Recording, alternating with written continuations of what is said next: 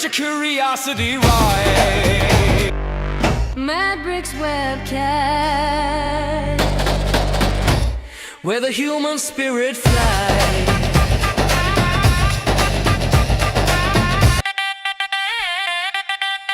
Mad Bricks webcast. Where the human spirit flies.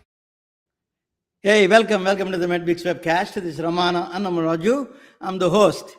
My last name is big, but don't worry about that. Call me Ramana. That's good. This is I'm surrounded by strong-willed women. My late mother is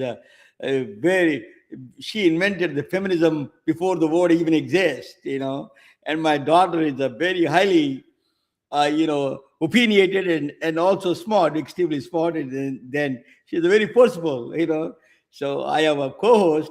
She is also brilliant, beautiful, and bold. I'm fortunate to have a strong-willed woman around me. That is, let me bring my co-host, Dr. Susan Davis. She's a doctor of nursing practice. Welcome, Well, Susan. good evening, Ramona. Thank you for that kind introduction. I love it. Thank you very much. It's good to have a strong woman around you because you learn a lot. Let me ask you.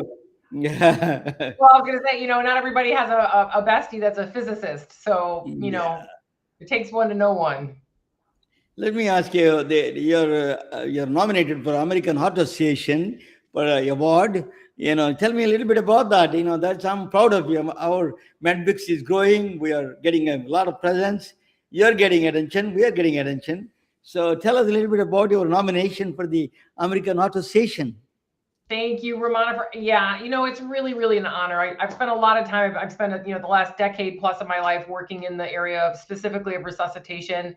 And to be honored by the American Heart Association and nominated to be a woman of impact here, specifically in Southwest Florida, but it's a national competition as well. So once you're nominated, it's 9 weeks right here during the Heart Month, the National Heart Month. So to see what we can do to raise impact, to create impact in people's lives, mostly about bringing attention to women's health, women's cardiovascular health, heart attack, stroke, and overall prevention. Be good, do good, sleep more, move more, love more, eat better, all those things. So that's what we're doing. We're bringing awareness. And of course, we're also raising funds to support that. So to support the innovation and the research that's needed to improve women's health. It's the number one cardiovascular disease, the number one killer of women, more so than all of the cancers put together. So that's what we're doing. So thank you for asking.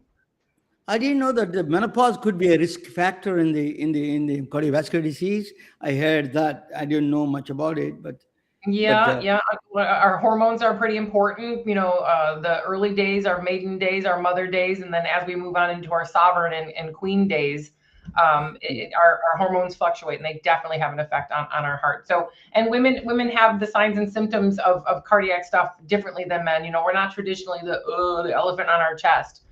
Quite often, if they're having a heart something, it's jaw pain, it's anxiety, it might be a stomach ache, there's a back ache, you name it. There's a couple that's very different for us women, but we tend to just keep on keeping on. And so we tend to miss the signs and symptoms, which it's really a bad idea. Congratulations for your efforts and education.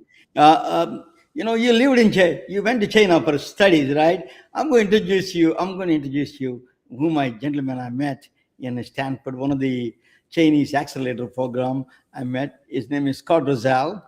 Actually, he's not a physician, but he's a doctorate, he's a PhD. Scott Rozelle is a very well-known economist. Let me introduce him first. Scott Rozelle is one of the world's leading development economists, focused on rural China's transformation. At Stanford University, he bridges economics, education, agriculture, and public health with a real-world impact. Scott Rozelle is not just studying China, he is decoding the hidden architecture of the rural inequities. That I'm from a rural town. I know that they're really from India, the same similar situations actually. At Stanford, he challenges a comfortable narrative about economic rights and asks who is being left behind. I attended his lectures, Susan. He says sometimes the grim picture he gave us about China. We'll ask him about that. His I'm research sure. exposes how nutrition, vision, health, and education quietly determine national destiny. Fluent in Chinese. Oh my God. A Californian learning Chinese is a fluent in Chinese and deeply embedded in rural fieldwork. He came from agricultural background, actually. He connects a policy theory to lived reality. He came from agriculture. His father is agriculturist, I think. We'll ask him. Tonight, we explore together China's urban-rural divide is a warning signal for the rest of the world, including India and the United States. Let me bring Dr. Scott Rozelle. Our welcome, Doctor. Welcome, sir. Welcome to the big webcast. It's Good good. evening, It's Scott. an honor to be here. Hey, hi, Susan. Hi, Ramana. It's an honor to be here. So it's I met with Dr. two real doctors. It's Yeah, we're, doctor. we Yeah, call it I'm a, fake doctors, yeah, Same, that's, same. but you have a, So, you have a, first, I'd like to say Happy New Year, right? Happy Chinese New Year to your colleagues, to your friends, to all of your, I'm sure it's a big celebration in your life the last few days. The the fire horse coming in pretty hot and heavy these last couple of days. It's been very exciting. the snake is over and the horse is here. So it's Wood snake. exactly. May the Wood horse, snake. year of the We've horse. shed that skin. We're moving on. We're coming out of the gate on fire. I love it. Good. I attended last year the new Chinese New Year in the San Francisco the town near Macy's. But now I think I met you in person. I met your wife. Wonderful people. She's seems to be from Chinese or Taiwanese background, right? So let me, Dr. Scott Rozelle, I wanted to ask you. It is Susan knows more about China than me. I never been to China. One of the things he said that in that meeting is stunned me. I didn't know this. The new kind of a thing. There's a separation of children and parents, and who go or some kind of a system. He said that. I didn't know that. In the world, people don't know much about China, internal aspects of China, particularly rural aspects. Can you explain a little bit about your background? Give me some about your background. Oh my God, I saw your background. You are one of the leading economists. You published papers in Nature, Science. You are a well-known figure in the economy. China gave you very great award, the highest award for the. So you are a leading figure in the economics in rural China. So tell us, if I forget anything, please excuse me and let me know what I did forget. Well, let me first start with sort of my background. I did grow up in Southern California, and my grandfather was a farmer. My dad was an agricultural economist, and I got my degree in agricultural economics from Cornell. And so my mom actually cried when I said I was going to study agricultural economics. She said, "You're going to be as poor as we are." But then I was very, very fortunate to when I graduated, Stanford University had a department called the Food Research Institute that's since been closed down.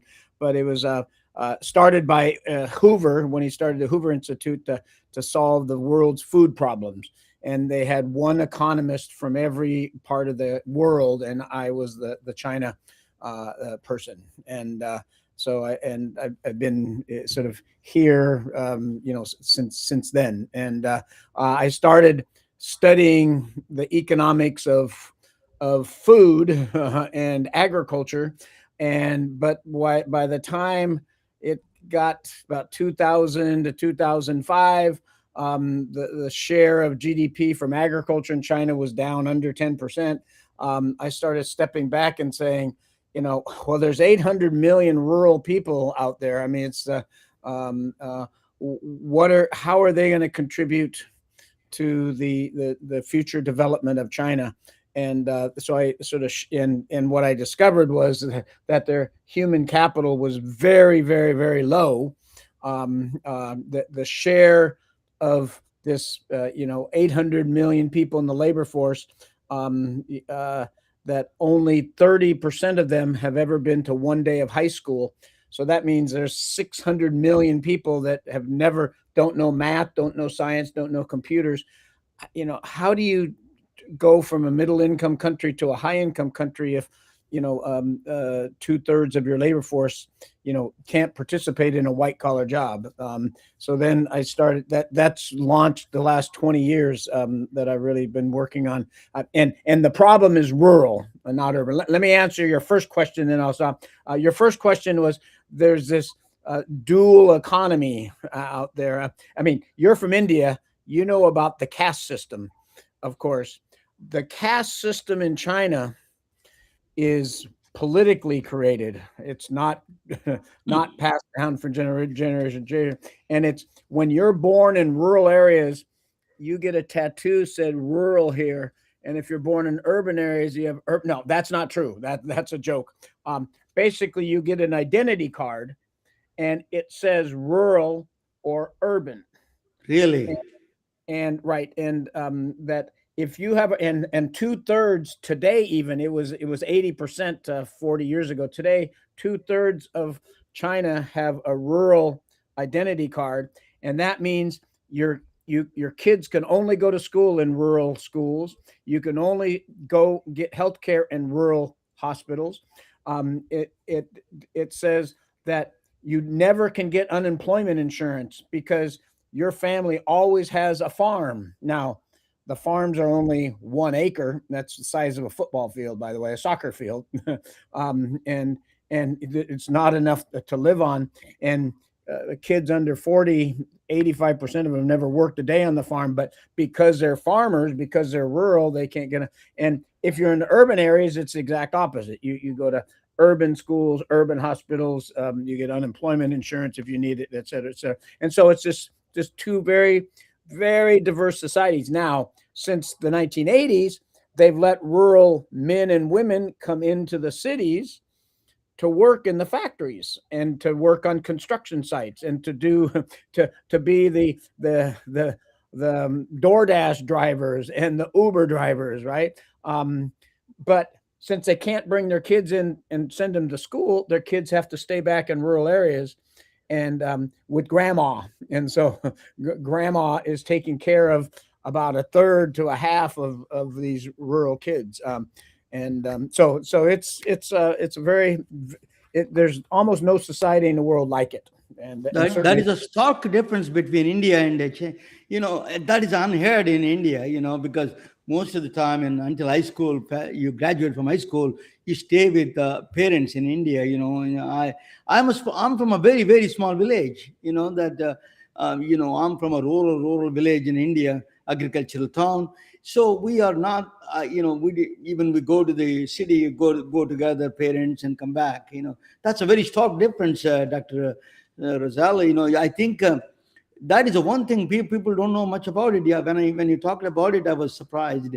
Let me ask you other question. Is that the second question after that, and then let Susan come back on that one about the rural. I'm a healthcare guy, so I'm going to ask you a healthcare question. Rural health. How is it? Is it really sufficient enough for addressing rural health well? What about the children's health? All of them. Could you please tell us a little bit about the background in the rural China's healthcare? Yeah. So rural healthcare actually over time has got much better. Okay, it's still way behind urban health. Okay, but it used to be this far behind, and now it's caught up a lot, right? And one reason is what I did say one thing. I said that you can't go from a rural village to a big city. I said urban areas to a big city. But if you live out in, let's call it a Peaceful Valley County, Missouri, okay, where the county seat has about 15,000 people, and maybe all the farms out here have about 15,000 people, is in today, and this has changed in the last 10 years. Today, the people from Peaceful Valley County farms can go into Peaceful Valley County seat and go to that hospital. And that hospital isn't as good as San Francisco hospital or LA hospital, but it's much, much better than the rural. And so the healthcare has improved. Of course, the reason they're letting especially kids go into these hospitals in the cities is the number of kids are going down so quickly. The population is we can talk a little bit more about that later, but the doctors, the pediatricians don't have enough to do. So they're saying, hey, we're willing to go take care of these rural kids too. So it's sort of win-win in keeping the health of rural people up. But the doctors out in rural areas are much less well trained. If you're a good rural doctor, the first thing you want to do is move to the city and become an urban doctor.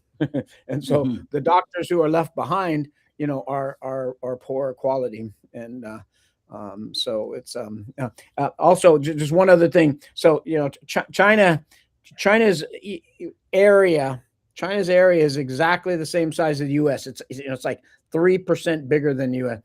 We have about 2,000 counties in the United States. China has 2,000 counties.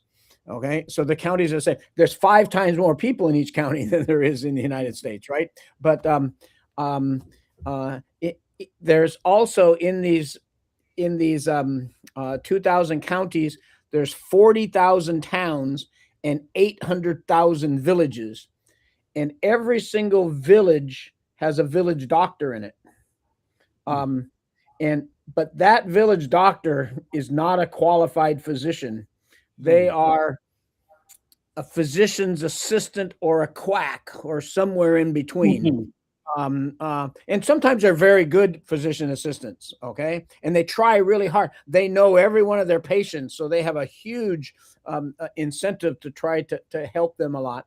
But they often don't. I mean, and so what happens is if you're a 25-year-old adult and you get sick, you go into the county seat to see it. But who do they treat? They treat grandma and grandpa who don't drive and don't want to go into the county seat. And of course, they treat their kids, the grandkids, right? Because the parents are now, out in Shanghai or Beijing. And so the healthcare delivered, especially to the elderly and sometimes to the left behind children, that's still quite poor. So it's a mixed bag, right? So it's getting better, but there's huge heterogeneity in the healthcare quality. Well, you're bringing me back. So I was in China in 89, 90. A long time ago. Yeah. Thanks, Scott. It was a long time ago. You must have been in preschool then, right? Obviously. So I went to school at the Language Institute for a short stint. I was there I was meant to be there for longer, but I ended up being there for a semester. So what you're describing, I didn't know. I was young and didn't know the history of what I was doing or even how the heck I even got there. It was an amazing experience and I loved it. But I wish the people could see what you're describing, the difference between, the urban and what we're calling rural. But it's like let's just say the year 2000 versus the year 1800. I mean, like you only have to go about 6 blocks the other direction, and rural is really rural in China, and it's no joke. A few times I got lost, and it's so, and I didn't know anything about the healthcare system. But I think what I'm thinking now is, or what I'd like to ask you about, when you worked and have worked all these years in China, was it all over, north, south, east, west? Specifically the nutrition for the children, and where your agriculture background and the children and nutrition mixed. Was there a certain area of China that you focused on, your research? Right. So 2 things. I want to first answer. So today, Beijing, Shanghai looks more gorgeous than downtown San Francisco or Houston or Seattle. Okay, and the villages are much poorer, but they're a lot better than they were when you saw them in 1990. Okay, and there's roads to every village. There's electricity in every village. Okay. It's and people have built stone houses, brick houses, et cetera, Oh. et cetera. So in the, yeah, they used to be wood and dirt floor houses. So yeah, so things have improved. Okay, but you can see the only people left there are old people and young kids that are staying with them in most of these remote villages, because the young people have all gone to the cities to drive DoorDash, Uber, and work in the factories. Okay, and so Nutrition part. She's yeah, asking about nutrition. no, thank you. So when I started working in schools in 2005, okay, I looked around and I said, oh my gosh, the teacher, there's no teachers there. Why are there no teachers there? It's because they were paid by the local government. It's a little like the U.S., right, where our local school district pays the local teachers, and of course we've now cut funding from the central government, but that's the U.S. But in China, and the local governments didn't have enough funding to pay the teachers, so the teachers didn't come. There was no book. They had to buy books.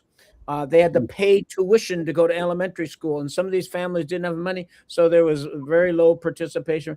And they were Adobe school. It was those kind of the houses were made of Adobe, and the school buildings were made of Adobe. The premier Wen Jiabao, from 2003 to 2010. Invested enormous amounts of money into the physical infrastructure for education. And he has all the teachers are paid from above now. Remember, the good teachers go to the urban areas and the bad teachers stay in rural China, but they're paid, they go. And there's new buildings, and every kid has books. It's free education through high school. You got to pay for high school, but it's all free education. So it's improved a lot.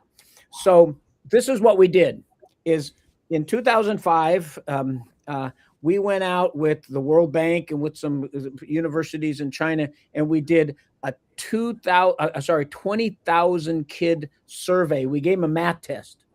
We gave them a standardized math test, and fourth graders.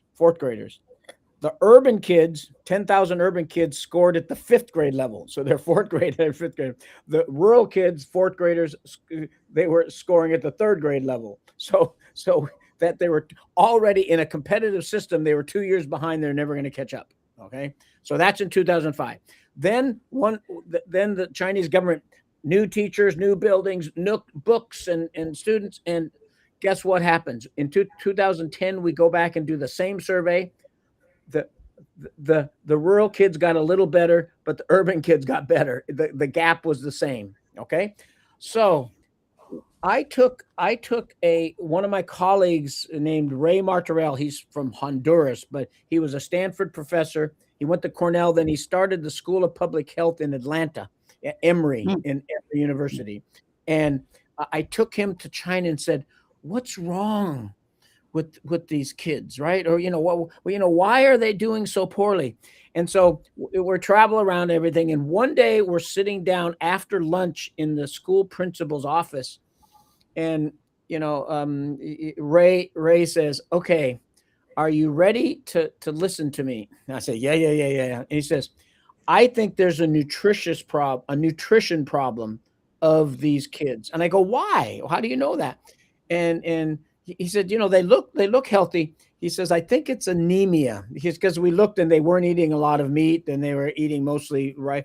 But he says, look at the schoolyard out there. It's after lunch. And if you were in the United States, every single kid would be out there playing on the bars, and they'd be playing ball and skipping rope and everything like that. And he says, they're all in their dormitories taking a nap. He says, I think there's so we start testing them, and guess what? 45% of these rural children had had anemia. Wow. And by the way, to your first question, we tested them in the east, the south, the west, the north, the central. Okay. And it was almost like that everywhere. Wow. We took this, and this was the Chinese government up until about 2013, 2014. We took this to the vice premier in charge of health and education. Her name was Liu Yendong. And she said, "Oh my gosh, how did we not know this?" She obviously got some of her people to go out and do some more testing and found the same. She started the National Nutritious Lunch Program. Okay, and Brilliant. yeah. So before we did that, this was in 2013. We found this out in 2010. What happened is we went we went and did 4 randomized control trials. We did one in the west, one in the central, one in the east, and then we did another one in the north. And basically, we got 100 schools. We tested them for anemia and tested their math scores. Okay, and then we randomized in 50 schools. We gave them a vitamin a day or a nutritious lunch a day, and 50 schools we did nothing. And we came back a year later, and guess what? The anemia rates went down, and their math scores went up. And Liu Yendong, who had a PhD in public health, said, "We're doing a national nutritious lunch program." We went back to the exact same schools that we went to in 2010, 11, and 12 in 2023 and measured their anemia rate. And the anemia rate went from 47% to 4%. That's lower than the United States.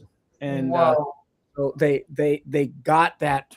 They got that right. And of course, math scores went up a little bit, not a lot. Are you Very surprised, actually. Yeah. Are we going to ask why? It's not. It's not the teachers that are now getting paid, and we now have new facilities, and now we've got some iron on board. We got healthy kids that have health insurance, and they're nourished. So and 90% of the kids go to preschool from 3-year-old to 6-year-old. 90% of kids are in preschool. Wow. The problem is 0 to 3, early childhood development. I don't know India does that or not, Dr. Rozelle. I think we'll have the same problem. 1 second, Susan. I think India may have the same problem because we are vegetarians. A lot of them are in India. But Navia, she's actually a girl working she's helping me right now on this virtual studio. She's from my village, actually, not that far from my village. She says that they're giving like peanut butter sandwiches, peanut kind of things. So nutrition is one of the things they're improving in India also. There's the similar problem probably with there. But I want to ask you, another thing has stunned me over the near eyesight problem. You were saying that 1/3 of the children have this huge problem of near eyesight problem. Tell us a little bit about that. That stunned me a little bit when you were talking about that. Well, the fact is if you go out, these numbers aren't exact, but they're close. If you go out and you randomly choose 100 kids from China or South Korea or Japan, and they're 12 years old, around 40% of them are going to be 35 to 50% are going to be nearsighted. Now, and if you do the same thing in America or Europe, it's around 15 to 20%. So it's much lower. It's much lower. And now the question is this, and I don't know the answer, is this genetic or is it because they're writing Chinese characters, right? And they're writing, and in fact, as South Korea has gone from Chinese characters to a alphabet, to their own alphabet, it's come down a little bit, but I still think there's a lot of genetics going on there. It just happens to be East Asians have this eyesight problem. Okay, you go to Japan and go into a 5th grade classroom in Japan, and 60% of the kids have eyeglasses on. Oh, Go to a rural school, same grade, and guess what? About 3 kids out of 50 have their eyeglasses on. And then you go test them and you say, oh, these 22 other kids are nearsighted. Why don't they have glasses? And the first thing that they'll say is, my mother thinks, or my grandmother thinks, that if you wear glasses when you're young, your eyes get worse. Oh, And goodness. so we're going to wait until Cultural. you. Yeah, no, exactly. And of course, what happened was nobody had eyeglasses until 30 years ago, right? And the first person in the village to finally go get eyeglasses, a year and a half later, he or she had to come back and get a new pair of eyeglasses. Why? Because his eyes got worse. Now, they got worse at a less depressive rate than if you weren't wearing eyeglasses, right?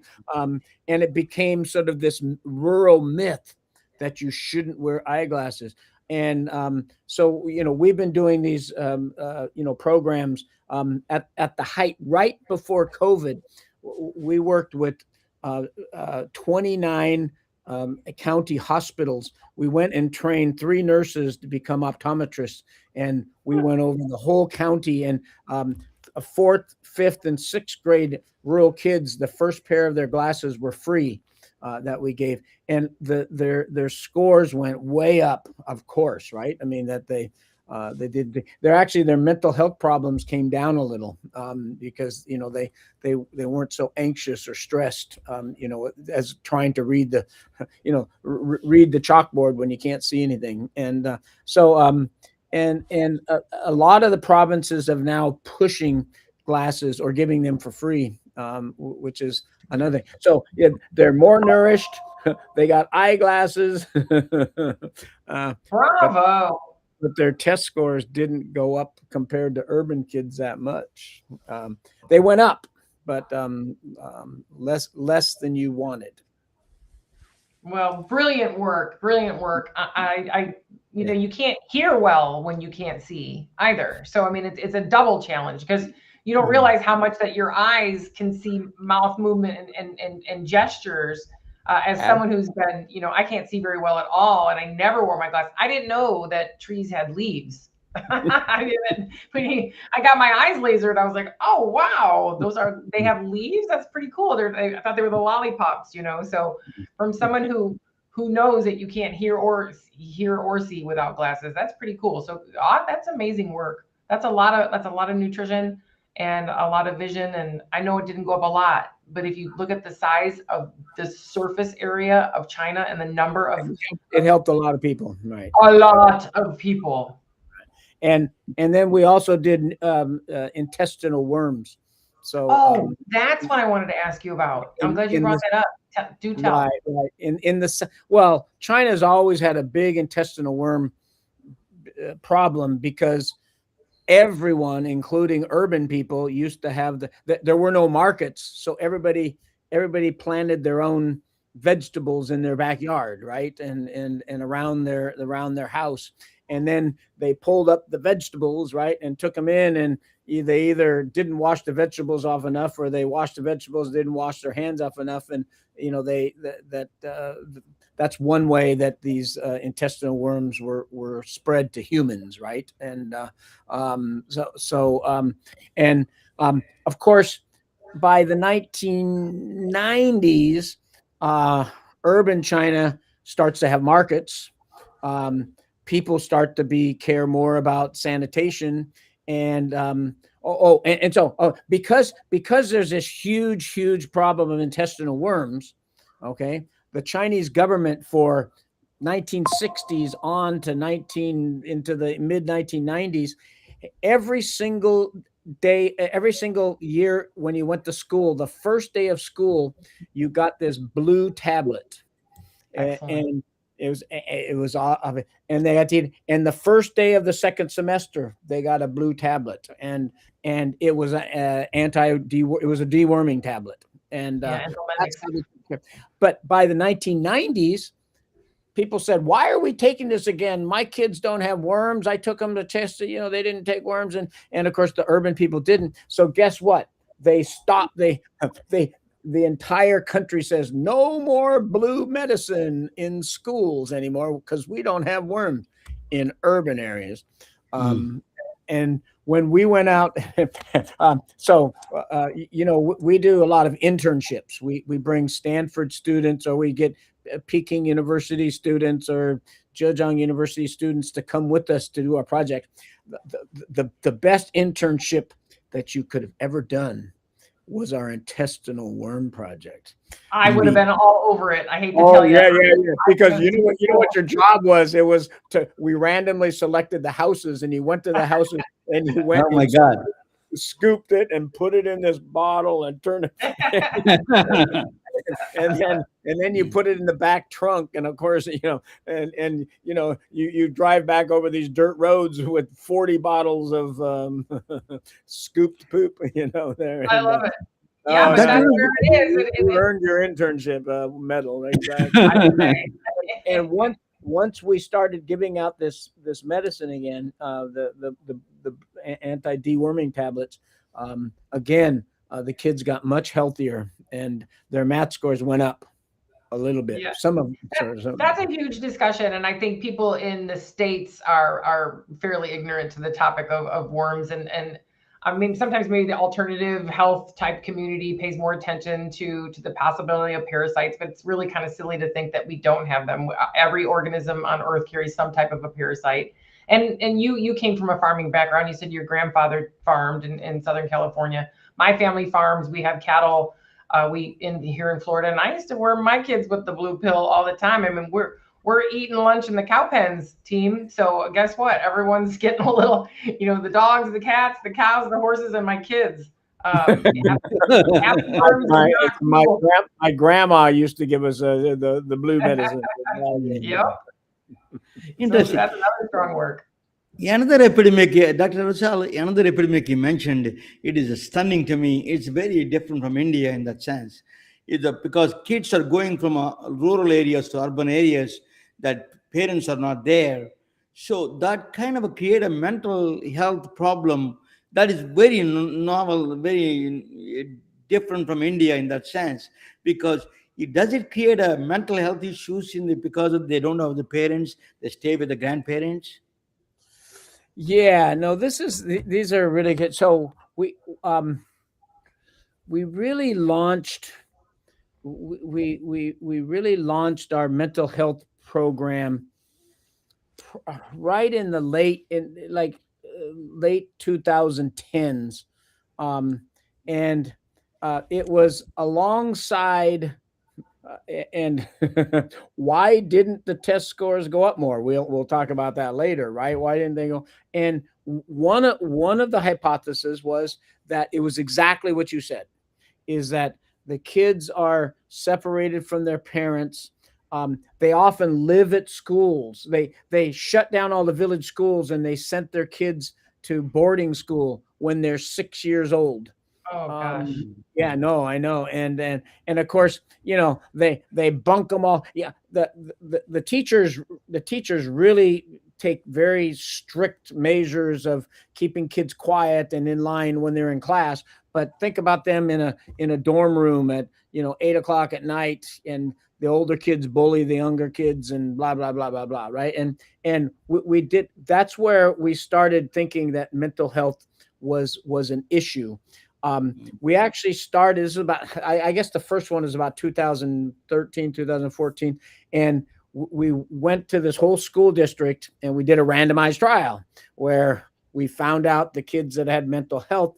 And in half the schools, we started what we called a social emotional learning class. We taught there was a curriculum that was created by a Chinese Academy of Science psychology professor. And we taught the teacher how to get the kids to worry about mindfulness, to worry about social emotion, how to open up and talk about their feelings.